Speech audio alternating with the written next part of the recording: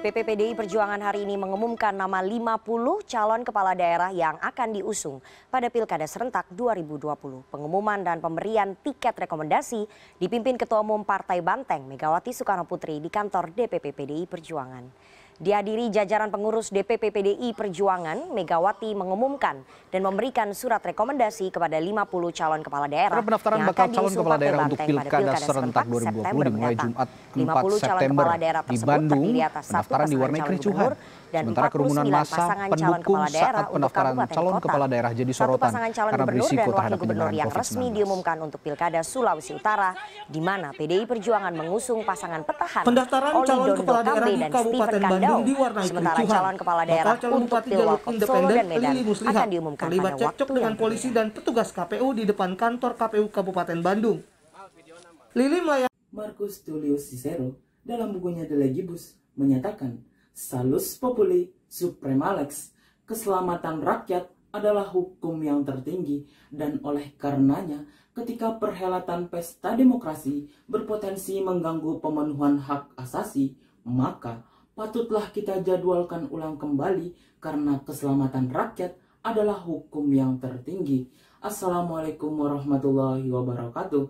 Dewan juri yang amat kami hormati, perkenalkan, kami delegasi Fakultas Hukum Universitas Brawijaya dengan saya Iksan Roman Sahgawi sebagai pembicara pertama, rekan saya Davin sebagai pembicara kedua, dan Sabias Rangku Osan sebagai pembicara ketiga, yang dalam perdebatan kali ini kami berdiri pada posisi kontra, menolak pelaksanaan Pilkada 2020 di era new normal. Dewan juri yang terhormat, sebelum kita memasuki bangunan argumentasi yang substansial dan mendasar, maka izinkanlah saya untuk memaparkan terkait dengan latar belakang lahirnya mosi perdebatan kali ini. Pilkada atau pemilu kada merupakan pemilihan kepala daerah yang pesertanya adalah pasangan calon yang diusung oleh partai politik, gabungan partai politik maupun secara independen. Lahirnya mosi perdebatan kali ini dikarenakan adanya rencana pemerintah untuk melaksanakan pilkada pada Desember 2020. Pelaksanaan pilkada tersebut didasarkan oleh Perpu nomor 2 tahun 2020 yang telah menjadi Undang-Undang nomor 6 tahun 2020, yang mana pada aturan hukum tersebut menegaskan adanya penundaan pilkada dari yang sebelumnya akan dihelat pada September 2020 kemudian berpindah menjadi Desember 2020. Adanya penundaan tersebut dikarenakan maraknya penyebaran COVID-19 yang merupakan bencana non-alam di Indonesia.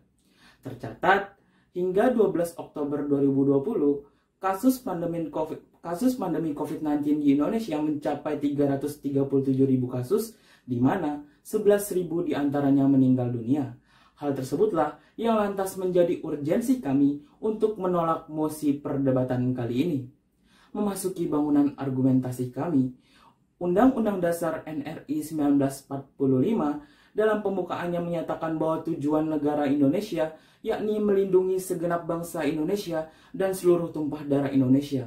Dari tujuan negara tersebut, sudahlah jelas bahwa yang menjadi prioritas utama pemerintah seharusnya yakni menyelamatkan segenap bangsa Indonesia dan seluruh tumpah darah Indonesia dari maraknya penyebaran pandemi COVID-19.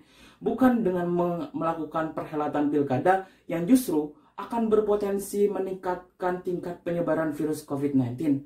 Kemudian, bila kita mengacu pada instrumen hukum internasional di mana ICCPR telah mendudukan bahwa hak hidup merupakan non-derogable right, yang artinya hak yang tidak dapat dibatasi, sedangkan hak politik merupakan derogable right, artinya hak yang dapat dibatasi, sehingga artinya apa, Dewan Juri yang terhormat, pemenuhan hak politik melalui terselenggaranya pilkada dapat ditunda karena adanya urgensi yang lebih besar.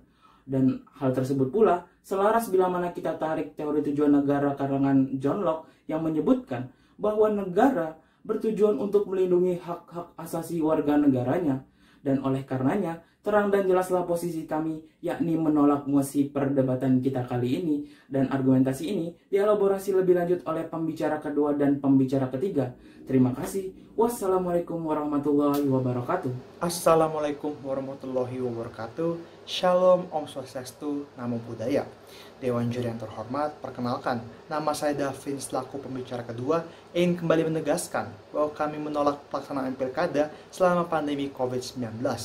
Hal tersebut dibuktikan berdasarkan dari survei yang dilakukan oleh New Indonesia Research and Consulting yang menunjukkan bahwa sebanyak 80,5% mayoritas publik menolak pelaksanaan pilkada selama pandemi COVID-19. Hal tersebut dikhawatirkan akan menjadi suatu klaster baru bagi penyebaran virus COVID-19. Survei tersebut juga sejalan dengan pendapat yang pernah disampaikan oleh Andi Matalata selaku panitia ad hoc Majelis Permusyawaratan Rakyat, di mana beliau menyatakan bahwa legitimasi pemerintahan tidak akan berjalan tanpa adanya akseptasi yang kuat dari masyarakat. Maka dari itu, pemerintah seharusnya berfokus pada penyebaran virus COVID-19 daripada mewujudkan adanya penyelenggaraan pilkada, akan tetapi penyelenggaraan pilkada itu sendiri tidaklah mendapat suatu restu dari masyarakat karena adanya wabah virus COVID-19 itu sendiri. Selain daripada itu juga Dewan Juri, kami menolak pelaksanaan pilkada selama pandemi COVID-19 karena yang pertama, yaitu meskipun penundaan pilkada selama pandemi COVID-19 telah diatur dalam pasal 201 Perpu nomor 2 tahun 2020 yang sekarang berubah menjadi Undang-Undang nomor 6 tahun 2020, akan tetapi tidaklah memberikan perubahan yang signifikan. Mengapa demikian? Karena konstruksi waktu yang diatur dalam Undang-Undang Pilkada tidaklah diubah dalam Perpu 2 tahun 2020. Sehingga menimbulkan suatu konsekuensi, yaitu tahapan pilkada sudah harus dilanjutkan kembali minimal 6 bulan sebelum tahap hitung suara berlangsung. Jika kita ingin merujuk pada SK BNPB nomor 13A tahun 2020 tentang bahaya pandemi COVID-19, di mana SK tersebut telah berlaku selama 91 hari, terhitung pada tanggal 29 Februari sampai 29 Mei 2020. Jika SK tersebut diperpanjang, maka sejatinya penundaan pilkada memberikan suatu perubahan yang tidaklah signifikan, karena tujuan awal penundaan pilkada ialah karena adanya COVID-19. Sedangkan beberapa tahapan dari pilkada itu sendiri sudahlah berlangsung pada masa COVID-19 terjadi. Yang kedua ialah bahwa meskipun penundaan pilkada pun telah diatur dalam pasal 201A ayat 3 Perpu nomor 2 tahun 2020, akan tapi tidaklah mampu mewujudkan adanya suatu penyelenggaraan pilkada yang demokratis. Mengapa demikian? Karena tahapan-tahapan pilkada seperti tahapan proses verifikasi faktual calon perseorangan, mulai dari tahap sensus sampai tahap kampanye rapat umum, tidaklah mampu menjawab proses-proses yang terjadi bila mana tahapan-tahapan tersebut memang benar-benar dilakukan. Padahal pada faktanya, dua tahapan tersebut telah dilakukan pada masa wabah COVID-19 itu sendiri, sehingga hal tersebut tidaklah memenuhi ketentuan yang diatur dalam pasal 201A ayat 3 Perpu nomor 2 tahun 2020 tentang penundaan pelaksanaan pilkada. Maka dari itu Dewan Juri terhormat, selain dari alasan substansi berdasarkan ketentuan hukum yang mengatur pelaksanaan pilkada selama pandemi COVID-19, alasan yang ketiga ialah adanya tidak terbuka anggaran, di mana anggaran ini sendiri dikhawatirkan dapat menjadi penyalahgunaan selama masa pandemi karena tidak adanya lembaga yang mengawasi dan pun juga pemerintah utama serta pemerintah daerah yang berfokus pada penyebaran virus COVID-19 itu sendiri. Jika dikhawatirkan adanya suatu kekosongan jabatan sementara, maka hal tersebut dapatlah digantikan oleh pelaksana tugas. Meskipun kewenangan pelaksana tugas pun dibatasi oleh Peraturan Pemerintah Nomor 49 Tahun 2008, akan tetapi kewenangan keterbatasan tersebut dapatlah dikecualikan apabila PLT tersebut mendapat izin dari Menteri terkait dengan kebijakan-kebijakan strategis di daerah. Sehingga kekosongan jabatan dapatlah diisi dan hal tersebut pun dapat dibuktikan dengan adanya fakta yang pernah terjadi pada tahun 2015, di mana pilkada serentak pun juga terjadi pada saat itu, dan sebanyak 66 daerah, di mana yang terdiri dari 57 kabupaten atau kota dan 9 provinsi, diisi oleh PLT untuk sementara waktu sampai terpilih kepala daerah yang memang resmi terpilih. Sehingga adanya kekosongan PLT itu sendiri menjadi suatu persoalan yang dapatlah diatasi dengan adanya PLT sebagai pengisi jabatan sementara. Selain daripada itu juga Dewan Juri terhormat, yang ketiga ialah adanya penurunan demokrasi, di mana penurunan kualitas demokrasi ini dapatlah dijelaskan oleh pembicara ketiga dari tim kami. Maka dari itu, Dewan Juri terhormat, dengan alasan-alasan tersebut itulah kami menolak pelaksanaan pilkada selama pandemi COVID-19 dan justru mendesak pemerintah untuk fokus pada penanganan pandemi COVID-19. Sekian dan terima kasih. Jeremy Bentham dalam bukunya pernah menyatakan bahwa hukum itu diciptakan untuk memberikan kebahagiaan yang sebesar-besarnya bagi sebanyak-banyaknya orang.